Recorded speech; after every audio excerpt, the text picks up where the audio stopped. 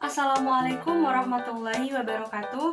Perkenalkan, nama saya Anissa Manisari Putri, Prodi Pendidikan Ekonomi Akuntansi semester 7.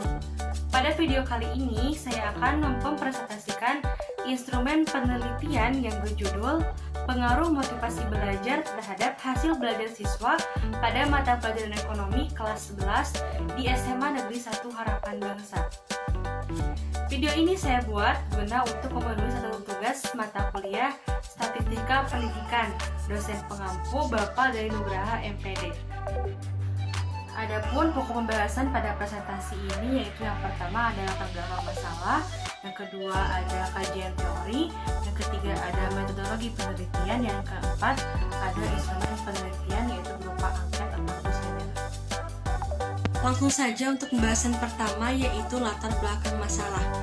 Adapun yang melatar belakangi peneliti memilih judul ini yaitu pendidikan merupakan kegiatan belajar mengajar yang mana di dalamnya terdapat jalinan komunikasi antara guru dengan siswa. Pendidikan itu sendiri adalah usaha sadar dan terencana guna mewujudkan proses pembelajaran dan suasana belajar agar siswa secara aktif dapat mengembangkan potensi yang ada pada dirinya. Tercapai atau tidaknya tujuan pembelajaran itu dapat diukur berdasarkan hasil pembelajaran yang telah digapai oleh siswa. Nah, seseorang siswa diindikasikan berpengetahuan apabila mereka memiliki hasil belajar yang optimal. Menurut Slameto, ada dua faktor yang dapat mempengaruhi hasil belajar siswa, yaitu ada faktor internal dan ada faktor eksternal. Faktor internal itu yaitu faktor yang muncul dari dalam diri seseorang, sedangkan faktor eksternal yaitu faktor yang muncul dari luar diri seseorang. Pada faktor internal terdapat hal yang dapat berpengaruh terhadap hasil belajar siswa, yaitu motivasi. Nah, motivasi ini merupakan salah satu faktor penting yang dapat mempengaruhi hasil belajar siswa. Seseorang yang memiliki motivasi itu cenderung akan mencurahkan segala kemampuannya guna mendapatkan hasil belajar optimal sesuai dengan tujuan yang diharapkannya. Semakin tinggi motivasi siswa, itu akan semakin mendorong siswa belajar lebih giat lagi. Akan tetapi, lemah dan kuatnya motivasi siswa itu berbeda-beda. Hal ini dipengaruhi oleh beberapa faktor, antara lain ada faktor cita-cita, faktor kemampuan belajar, faktor kondisi siswa, kondisi lingkungan siswa, terus unsur-unsur dalam belajar juga mempengaruhi faktor, serta cara guru menyampaikan pembelajaran juga merupakan faktor yang mempengaruhi motivasi belajar siswa. Namun, faktor-faktor tersebut harus diuji terlebih dahulu melalui penelitian agar diperoleh jawaban yang akurat.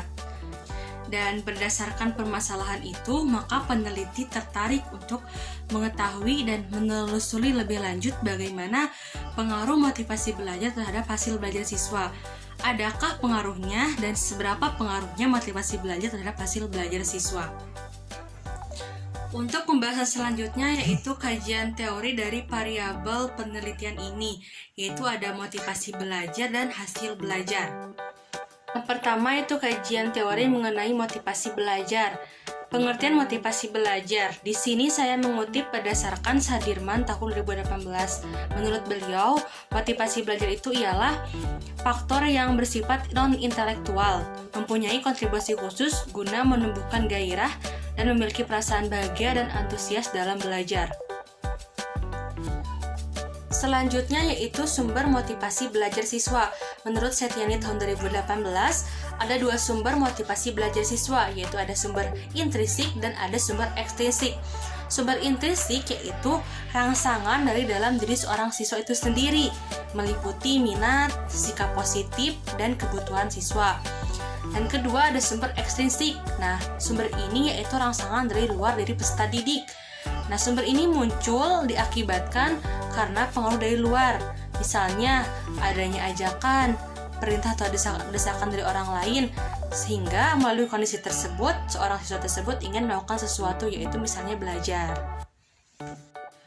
Kemudian ada fungsi motivasi belajar siswa. Menurut Sadirman, ada tiga fungsi motivasi belajar siswa. Yang pertama itu ada sebagai pemberi dorongan dalam berbuat.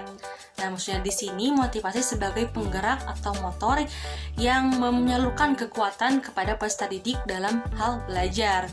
Yang kedua itu fungsinya itu selaku pemberi arahan dalam melakukan perilaku. Maksudnya di sini memberikan petunjuk juga mengarahkan siswa dalam mengerjakan suatu aktivitas yang dilakukan sesuai dengan tujuan yang dikehendakinya. Yang ketiga, fungsinya itu yaitu sebagai penyeleksi perbuatan, yaitu memastikan beragam perilaku yang mesti dilakukan oleh siswa untuk menggapai sasaran dan serta mengeliminasi bermacam kegiatan yang tidak berfaedah. Selanjutnya ada faktor yang mempengaruhi motivasi belajar. Menurut Setiani tahun 2018, ada 10 faktor yang mempengaruhi motivasi belajar. Pertama itu ada konsep diri, pengakuan, kemampuan belajar, keluarga, jenis kelamin, cita-cita atau aspirasi, kondisi peserta didik, kondisi lingkungan, unsur dinamis dalam belajar, dan upaya guru memotivasi peserta didik. Kemudian selanjutnya yaitu ada indikator motivasi belajar siswa, yaitu menurut Hamzah B. Uno. Ada 2 indikator motivasi belajar, yaitu ada intrinsik dan ada ekstrinsik. Nah, indikator motivasi intrinsik yaitu yang pertama ada hasrat keinginan berhasil. Kedua ada dorongan dan kebutuhan dalam belajar. Ketiga ada harapan dan cita-cita masa depan. Dan indikator motivasi intrinsik yaitu terdapat penghargaan dalam belajar, terdapat lingkungan yang kondusif, dan ada kegiatan belajar yang menarik. Selanjutnya pembahasan kajian teori tentang hasil belajar. Pertama yaitu pengertian hasil belajar. Di sini menurut Syahputra tahun 2020, hasil belajar adalah hasil dari adanya proses interaksi, proses belajar, dan evaluasi belajar yang dilakukan oleh guru dengan siswa melalui kegiatan pembelajaran. Yang kedua yaitu faktor yang mempengaruhi hasil belajar. Di sini saya mengutip menurut Slameto tahun 2018. Ada 2 faktor yang dapat mempengaruhi hasil belajar, yaitu ada faktor internal dan ada faktor eksternal. Faktor internal itu mencakup 2 faktor, yaitu ada kondisi fisiologis atau jasmania dan ada kondisi fisiologis atau rohania. Nah, kondisi psikologis ini seperti minat siswa, bakat, motivasi, kemampuan kognitif, dan konsentrasi. Kemudian ada faktor eksternal, ini meliputi faktor lingkungan dan faktor instrumen. Nah, faktor lingkungan itu contohnya lingkungan siswa tersendiri, seperti lingkungan sekolah, lingkungan keluarga, dan lingkungan sekitarnya, lingkungan masyarakat.